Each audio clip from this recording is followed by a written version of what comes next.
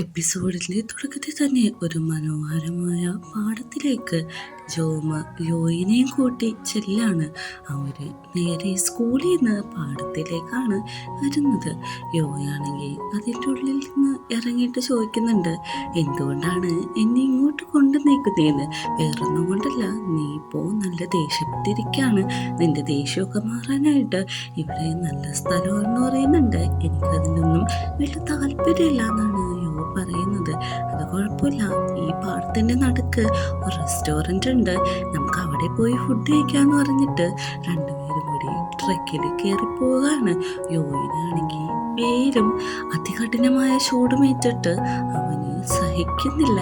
Enjoyment ചെയ്യാനായിട്ട് പറ്റാത്തത് കൊണ്ട് തന്നെ വണ്ടി നിർത്തുക, അല്ലെങ്കിൽ ഞാനിപ്പോ ഇറങ്ങി ചാടുമെന്നാണ് പറയുന്നത്. നമ്മുടെ ജോമ് ഒന്നും മിണ്ടുന്നില്ല. നീ എന്താ ചെയ്യാൻ ഉദ്ദേശിക്കുന്നതെന്ന് വെച്ചാൽ അത് തന്നെ ചെയ്തോളാനാണ് ജോമ് പറയുന്നത്. വേറെ നിവൃത്തിയില്ലാതെ അവൻ ചാടാൻ വേണ്ടിയിട്ട് ആക്ഷൻ കാണിക്കാൻ എണീക്കുന്നുണ്ട്. ജോമ് പക്ഷേ മൈൻഡ് പോലും ചെയ്യാതാവുമ്പോഴേക്കും അവിടെ തന്നെ വന്ന് തിരിച്ചിരിക്കാണ്.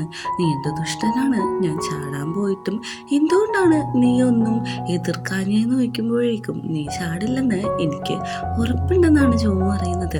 അങ്ങനെ അവർ ആ ഹോട്ടലിലെത്തി നല്ല വിഭവങ്ങൾ ഓർഡർ ചെയ്ത് കഴിച്ചുകൊണ്ടിരിക്കുകയാണ്. നമ്മുടെ ജോമാണെങ്കിൽ ഫീഡ് ചെയ്താണ് കൊടുക്കുന്നത്. അത് കഴിച്ചിട്ട് നല്ല ടേസ്റ്റ് ഉണ്ടെന്ന് പറഞ്ഞിട്ട് ബാക്കി മുഴുവനും കൂടി കഴിക്കാണ്. ഇതിൽ എന്തൊക്കെ ഇൻഗ്രീഡിയൻസ് ആണ് ഇട്ടിരിക്കുന്നത്, സാധാ പോർക്ക് പോലെ അല്ല ഇതെന്നൊക്കെയാണ് പറയുന്നത്. ഇത് ഞങ്ങളുടെ പൂച്ചായ ഗ്രാമത്തിലെ സീക്രട്ട് ആയിട്ടുള്ള മസാലേസും കാര്യങ്ങളുമാണ്. ഇത് പുറത്തങ്ങനെ ആർക്കും പറഞ്ഞു കൊടുക്കാറില്ല എന്നാണ് പറയുന്നത്. കുറേ ഫുഡ് ഓർഡർ ചെയ്യുന്നുണ്ട്. നമ്മുടെ ജോമാണെങ്കിൽ ഓരോരോ കാര്യങ്ങൾ പറയാണ് യോയിനെ കുറിച്ചിട്ടുള്ള. ഇതൊന്നും കേൾക്കാതെ അവിടെ ഇരുന്ന് ഭക്ഷണം കഴിക്കുകയാണ്. ഭക്ഷണം കഴിച്ചതിന് ശേഷം രണ്ടുപേരും കൂടി തിരിച്ച് നടക്കാണ്. ചോദിക്കുന്നുണ്ട്, നിനക്ക് ഇഷ്ടപ്പെട്ടോന്ന്. എനിക്ക് ഒത്തിരി ഇഷ്ടപ്പെട്ടു, നല്ല ടേസ്റ്റ് ഉണ്ട് എന്ന് പറയുന്നുണ്ട്. ഇതേപോലത്തെ കട ഞങ്ങളുടെ അവിടെയൊന്നും ഇല്ലല്ലോ എന്ന് പറഞ്ഞുകൊണ്ടിരിക്കുമ്പോൾ തന്നെ ഒരു ഗൺ ഷൂട്ടിന്റെ ഒച്ച കേൾക്കുന്നുണ്ട്. രണ്ടുപേരും ചുറ്റും നോക്കുന്നുണ്ട്. എന്താണ് എവിടെയാണ് സംഭവിച്ചതെന്ന് മനസ്സിലാവുന്നില്ല. എന്നാൽ നമുക്കൊരു കാര്യം ചെയ്യാം, അങ്ങോട്ട് ഷൂട്ട് കേട്ട ഒച്ചയുള്ള സ്ഥലത്തേക്ക് പോകാന്ന് പറഞ്ഞിട്ട് രണ്ടുപേരും കൂടി അങ്ങോട്ട് ചെല്ലാണ്. അവിടെ ചെല്ലുമ്പോൾ അങ്കിൾ നിൽക്കുന്നുണ്ട്, ഒരു സാധാരണക്കാരനായ മനുഷ്യനും നിൽക്കുന്നുണ്ട്. എന്താണ് പ്രശ്നം എന്ന് ചെന്ന് ചോദിക്കുന്നുണ്ട്. അങ്കിൾ പറയുന്നുണ്ട്, ഇവന്റെ ലാൻഡ് എൻ്റെ അടുത്ത് പണയം വെച്ചിട്ട് പൈസ മേടിച്ചു, അത് തിരിച്ചു തരാനില്ലാത്തോട്ട് ഞാനിവന്റെ ലാൻഡ് അങ്ങ് എടുത്തു, അതാണ് ഇത്ര വലിയ പ്രശ്നമെന്ന്. അങ്കിള് പറയുന്നതെല്ലാം ശ്രദ്ധയോടെ ജോമ കേൾക്കുന്നുണ്ടെങ്കിലും പെട്ടെന്ന് തന്നെ അയാൾ പറയുന്നുണ്ട്, അങ്ങനെയൊന്നുമല്ല, ഞാൻ പൈസ കൊടുത്തു, പക്ഷെ അത് പലിശ മാത്രമാണെന്നാണ് പറയുന്നത്. ഇരട്ടി തുക പറഞ്ഞ് എന്നെ കണക്കടിയിലാക്കിയിട്ട് ആ സ്ഥലം തട്ടിയെടുക്കാനുള്ള പ്ലാനാണ് ഇദ്ദേഹത്തിൻ്റെന്നാണ് പറയുന്നത്. കേൾക്കുന്ന ജോമിനും നല്ല ദേഷ്യം വരുന്നുണ്ട്. എന്തിനാണ് മറ്റുള്ളവരെ ഇങ്ങനെ ഉപദ്രവിച്ച് ജീവിക്കുന്നത്? അദ്ദേഹം പൈസ തന്നതല്ലേ, കുറച്ച് സമയം കൂടി കൊടുക്കാൻ പറയുന്നുണ്ട്. പറ്റത്തില്ല, ഇത് എൻ്റെ പ്രോപ്പർട്ടിയാണെന്ന് പറയുന്നുണ്ട്. പെട്ടെന്ന് തന്നെ അങ്കിളുടെ കയ്യിൽ നിന്ന് ഗണ്ണ് താഴത്തേക്ക് ഇതാവാണ്. ഇത് കാണുന്ന നല്ല രീതിയിൽ പേടിക്കുന്നുണ്ട്. അവൻ പറയുന്നുണ്ട്, ഗണ്ണ് താഴെ ഇട്ടില്ലെങ്കിൽ ഇപ്പോൾ ഞാൻ പോലീസിനെ വിളിക്കുമെന്ന്. ഇതേക്കുന്ന അങ്കിളിന് നല്ല രീതിക്ക് ദേഷ്യമാവുന്നുണ്ട്. പുള്ളിക്കാരൻ ഗണ്ണെടുത്തിട്ട് നിന്നെ ഞാൻ ഷൂട്ട് ചെയ്യാൻ പോവാന്ന് പറഞ്ഞിട്ട് നമ്മുടെ ജോമിൻ്റെ നേരെയാണ് നീട്ടുന്നത്. ഇത് കണ്ടിരിക്കുന്ന നമ്മുടെ യോയാണെങ്കിൽ ഇപ്പം അത് താഴ്ത്തിട്ടില്ലെങ്കിൽ ഉറപ്പായിട്ട് ഞാൻ പോലീസിനെ വിളിക്കും എന്ന് തന്നെയാണ് പറഞ്ഞുകൊണ്ടിരിക്കുന്നത്. ചുറ്റും നോക്കുന്നുണ്ട്, ആരെയും പക്ഷേ അവിടെ സഹായത്തിന് കാണുന്നില്ല. ഇവൻ്റെ ഈ ഷൂട്ടിങ്ങിനുള്ള ഗണ്ണാണെങ്കിൽ പൊങ്ങി വരികയാണ്. പെട്ടെന്ന് തന്നെ നമ്മുടെ അങ്കിള്, നിന്നെ ഇതിൽ നിന്ന് ഞാൻ ഒഴിവാക്കി തരാമെന്ന് പറഞ്ഞിട്ടാണ് ആ ഗണ്ണ് എടുക്കുന്നത്. ഇതും കൂടി കാണുമ്പോഴേക്കും യോയിന് നല്ല രീതിക്ക് ടെൻഷൻ ആവുന്നുണ്ട്. ജോമാണെങ്കിൽ അന്നാ നീ വെടിവെച്ചോ, ഞാൻ നിന്ന് തരാം എന്നുള്ള രീതിയിൽ അവിടെ തന്നെ നിൽക്കാണ്.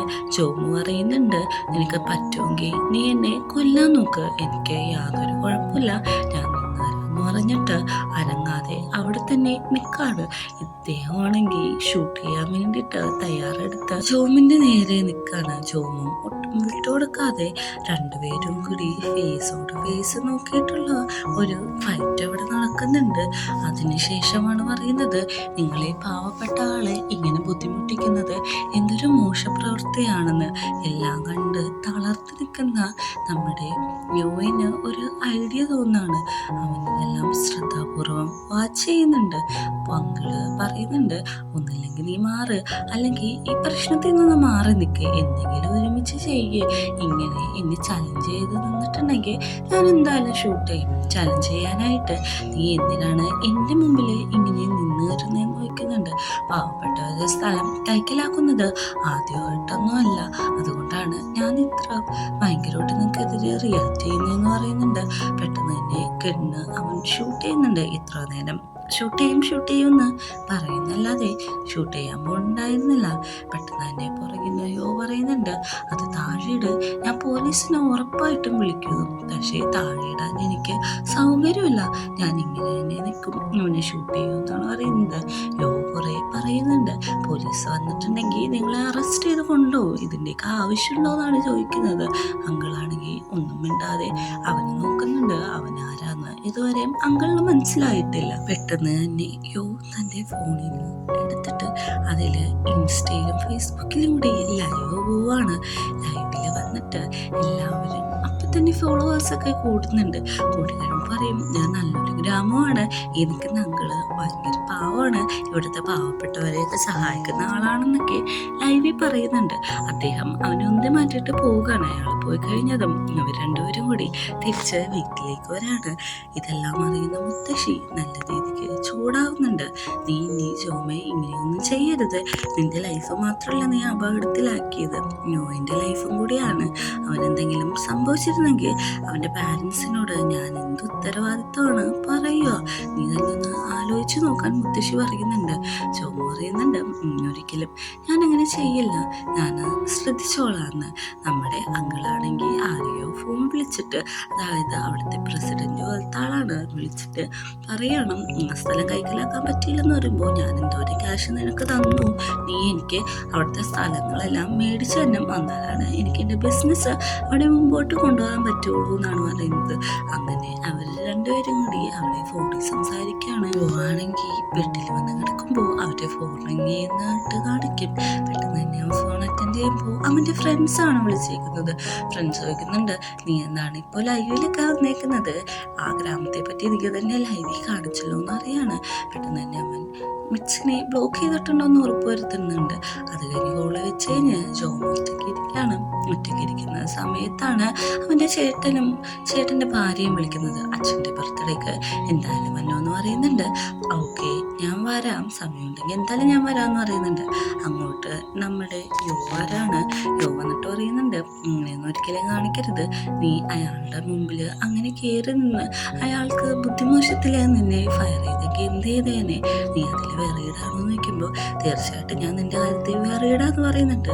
പറഞ്ഞു കഴിഞ്ഞിട്ടാണ് അവൻ എന്താണ് പറഞ്ഞതെന്ന് തന്നെ ഓർക്കുന്നത്. അങ്ങനെയല്ല, എനിക്കെന്തെങ്കിലും പറ്റുമെന്ന് ആലോചിച്ചാണ് എനിക്ക് പേടിയായതെന്ന് കൂട്ടിച്ചേർക്കുന്നുണ്ട്. അങ്ങനെ നമ്മുടെ ജോൺ പറയാണ്, നിനക്ക് ഇനി ടെൻഷനായിട്ടുണ്ടെങ്കിൽ നീ എന്നെപ്പറ്റി ആലോചിച്ചാൽ മതി. പെട്ടെന്ന് എൻ്റെ കൈ പിടിക്കുമ്പോൾ നന്നായിട്ട് വിറവല് വരുന്നുണ്ട്. നിനക്ക് പനിയാണെന്ന് ചോദിക്കുന്നുണ്ട്. പനിയല്ല, എനിക്ക് പേടിച്ച് തന്നെയാണ്, എൻ്റെ കൈ ഇങ്ങനെ വിറക്കും, അതാണെന്ന് പറയുന്നുണ്ട്. അന്ന് നീ ഒരു കാര്യം ചെയ്യും, നിനക്ക് കൂളാവാൻ വേണ്ടിയിട്ട് ഞാനൊരു ഐഡിയ പറഞ്ഞു തരാമെന്ന് പറഞ്ഞിട്ട് നമ്മുടെ യോവിൻ്റെ കൈ എടുത്ത് ജോമിൻ്റെ ഹാർട്ടിൽ വെക്കാണ്. ഇങ്ങനെ വെച്ചാൽ മതി എന്ന് പറയുന്നുണ്ട്. അവിടുന്ന് പോന്നിട്ടും അവൻ ആ ഹാർട്ടിൽ തന്നെ തൊട്ടുകൊണ്ടിരിക്കുകയാണ്. അവൻ വിറച്ച് നിൽക്കുകയാണ്. എന്താ നടന്നതെന്ന് പോലും അവന് ആലോചിക്കാൻ പറ്റുന്നില്ല. ഇത് കണ്ട് ജോമ് അവിടെ നിന്ന് ചിരിക്കുന്നുണ്ട്. പിറ്റേ ദിവസം രാവിലെ സ്കൂളിൽ ഭംഗിയുള്ള പെൺകുട്ടി കൂട്ടുകാരിയോട് പറയാണ്, നീ ഇന്നലെ ചോദിച്ചിട്ട് ഐഡി തന്നില്ലല്ലോ, ഞാൻ തന്നെ ചോദിച്ചോളാം എന്ന് പറഞ്ഞ് ക്ലാസ്സിൽ ചെല്ലുമ്പോഴേക്കും ക്ലാസ്സിൻ്റെ മുമ്പിൽ നിറച്ചും ജൂനിയർ പെൺകുട്ടികൾ നിൽക്കുകയാണ്. അവരുടെ കയ്യിൽ ഓരോ പ്രേമലേഖനങ്ങളും ഉണ്ട്. അവൾ ഓരോന്നായി എടുത്ത് വായിച്ചിട്ട് വലിച്ചെറിയാണ്.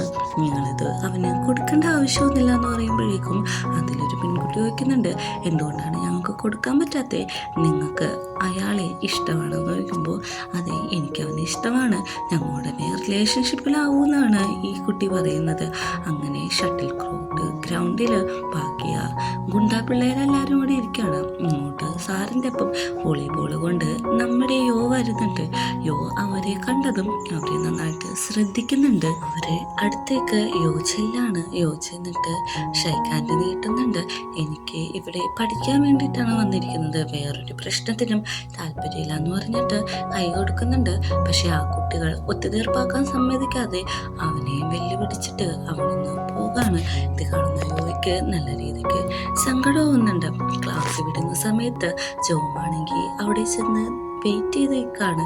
പെട്ടെന്ന് തന്നെ നമ്മുടെ ജോമ് കാര്യോർക്കും. മുത്തശ്ശി പറയുന്നുണ്ട്, നീ ബർത്ത്ഡേ പാർട്ടിക്ക് പോകുന്നതൊക്കെ കൊള്ളാം, നിന്റെ അച്ഛനൊരു മോശപ്പെട്ട വ്യക്തിയാണ്, അതുകൊണ്ട് തന്നെ എന്തെങ്കിലും ഒരു ബുദ്ധിമുട്ടുണ്ടായിട്ടുണ്ടെങ്കിൽ നീ ഇങ്ങോട്ട് വരണം. പിന്നെ ഈ ഒരു വെജിറ്റബിൾസ് നിന്റെ അമ്മക്ക് കൊടുക്കണം, നിന്റെ അമ്മ നിന്നെ പോലെ തന്നെ പാവമാണ്. ഇത്രയും പറഞ്ഞിട്ട് ജോമിനെ മുത്തശ്ശി യാത്രയൊക്കെയാണ്. സ്കൂളിലാണെങ്കിൽ പെൺകുട്ടികൾ അവർ രണ്ടുപേരും കൂടി വന്നിട്ട് നമ്മുടെ യോയോട് ചോദിക്കുകയാണ്, എൻ്റെ കൂട്ടുകാരത്ത് ചോദിച്ചപ്പോൾ നീ ലൈൻ ഐ ഡി കൊടുത്തില്ല, എനിക്കറിയാം നിനക്ക് എൻ്റെ ലൈൻ ഐ ഡി വേണം, തരാൻ പറയുമ്പോൾ എൻ്റെ കയ്യിലൊന്നും ഇല്ല, ഞാൻ യൂസ് ചെയ്യുന്നില്ല എന്ന് പറഞ്ഞ് അവൻ പോവാണ്. ഇത് കാണുന്ന എല്ലാവരും അവളെ കളിയാക്കുന്നുണ്ട്. അങ്ങനെ നമ്മുടെ ജോമാണെങ്കിൽ യോയ്ക്ക് വേണ്ടി വെയിറ്റ് ചെയ്ത് നിൽക്കുകയാണ്. ജോമിനോട് യോ ചോദിക്കുന്നുണ്ട്, എന്താണ് ഇവിടെ വന്നേക്കുന്നതെന്ന്. എൻ്റെ ഫാദറിൻ്റെ ബർത്ത്ഡേ ആണ്, നീ കൂടെ വരുന്നുണ്ടോ എന്നാണ് ചോദിക്കുന്നത്. എൻ്റെ ഫാദറിൻ്റെ ബർത്ത്ഡേക്ക് ഞാൻ എന്തിനാണ് കൂടെ വരുന്നതെന്ന് ചോദിക്കുന്നുണ്ട്. നിനക്കറിയാലോ ഞാൻ എൻ്റെ ഫാദറും തമ്മിൽ അങ്ങനെ മിണ്ടാറൊന്നുമില്ല, അതുകൊണ്ടാണ് വരുമെന്ന് ചോദിക്കുമ്പോഴേക്കും ആദ്യം സമ്മതിക്കുന്നില്ലെങ്കിലും നമ്മുടെ യോ അവസാനം സമ്മതിക്കുന്നുണ്ട്.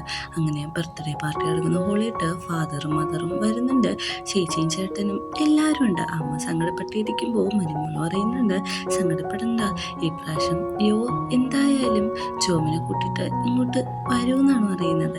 എല്ലാവർക്കും സന്തോഷമാവുന്നുണ്ട്, അച്ഛന് ഒഴിച്ച്. അമ്മയാണെങ്കിൽ ജോമിന് ഇഷ്ടപ്പെട്ട കേക്കും കാര്യങ്ങളൊക്കെ ഓർഡർ ചെയ്ത് വെക്കുന്ന കണ്ടിട്ട് അച്ഛൻ ചോദിക്കുകയാണ് ഇതാർക്കാണെന്ന് ചോദിക്കുമ്പോഴേക്കും ജോമിനാണ്. ജോം വരുന്നുണ്ടെന്ന് പറയുന്നുണ്ട്. അങ്ങോട്ട് എറിക്കും ആൻറ്റിയൊക്കെ വരുന്നുണ്ട്. ഇവരെ ബർത്ത്ഡേ പാർട്ടി ക്ഷണിച്ചിട്ടുണ്ടല്ലോ, അങ്ങോട്ട് ജോമും യോയും കൂടി വരാണ്. ജോമിനെ കാണുന്നതും അച്ഛന് എന്തോ പോലെ ആവുന്നുണ്ടെങ്കിലും പുറത്തൊക്കെ പ്രകടിപ്പിക്കാതെ തന്നെ നിൽക്കാണ്. അമ്മ പറയുന്നുണ്ട് എനിക്കോ ഭക്ഷണം കഴിക്കുന്നു. മുത്തശ്ശി കൊടുത്ത് വിട്ട ഗിഫ്റ്റ് അച്ഛന് അവൻ കൊടുക്കാണ്. പെട്ടെന്ന് തന്നെ അങ്ങോട്ട് ഒരാൾ വരാണ്. സീലില് അങ്കിളിനെ വിളിച്ച ആ പ്രസിഡന്റ് തന്നെയാണ് വരുന്നത്. അയാളെ കാണുമ്പോൾ ജോമിന്റെ മുഖം പെട്ടെന്ന് മാറുന്നുണ്ട്. അയാൾ പറയുന്നുണ്ട്, എന്ത് പറ്റി, നീ ഈ പ്രാവശ്യം വന്നല്ലോ, നീ വരുമെന്ന് ഞാൻ എക്സ്പെക്ട് ചെയ്തിട്ടില്ല, എന്തായാലും ഭക്ഷണം കഴിക്കൂ, എൻ്റെ വഴിയാണ് എല്ലാ ട്രീറ്റും നടക്കുന്നതെന്ന്. ജോം പറയുന്നുണ്ട്, നിങ്ങൾ പൈസ കൊടുക്കേണ്ടതെന്ന് ആവശ്യമില്ല, ഞാൻ കൊടുത്തോളാം എന്ന് പറയുമ്പോഴേക്കും ഞാനാണ് കൊടുക്കുന്നതെന്ന് പറയുന്നുണ്ട്. ഓക്കെ, നിങ്ങൾ മേടിച്ച് വെച്ച ഫുഡാണെങ്കിൽ എനിക്കിത് ഈ പാർട്ടിയിൽ അറ്റൻഡ് ചെയ്യാൻ താല്പര്യമില്ല എന്ന് പറഞ്ഞിട്ട് അവിടുന്ന് അവൻ ഇറങ്ങിപ്പോവാണ്. യോയും അവൻ്റെ കൂടെ പോകുന്നുണ്ട്. അങ്ങോട്ട് നടന്നു പോകുന്ന ജോമിൻ്റെ പുറകെ ഓടി വരുന്നുണ്ട്. എന്താണ് പറ്റിയത്, എന്താണ് ഞാൻ പെരുമാറുന്നതെന്നൊക്കെ ചോദിക്കുന്നുണ്ടെങ്കിലും പെട്ടെന്ന് അങ്ങോട്ട് വേറൊരു വരുമ്പോഴേക്കും എല്ലാ ഫുഡിൻ്റെയും ബില്ലിതാ ഞാൻ പേ ചെയ്യാന്ന് പറയുന്നുണ്ട്. അയാൾ പറയുന്നുണ്ട്, ഇത്ര വേഗം നോക്കുമ്പോഴേക്കും അതെ എല്ലാം കഴിഞ്ഞു, ബില്ലിതാ ഞാൻ പേ ചെയ്യാന്ന് പറഞ്ഞ് പേ ചെയ്യുന്ന സമയത്ത് അവൻ്റെ അച്ഛൻ പുറകിൽ നിന്ന് വന്നിട്ട് അത് നീ കൊടുക്കേണ്ട ആവശ്യമില്ല എന്ന് പറയുന്നിടത്ത് വെച്ചിട്ട് ഈ സീരീസിൻ്റെ 5ാമത്തെ എപ്പിസോഡ് അവസാനിക്കുകയാണ്.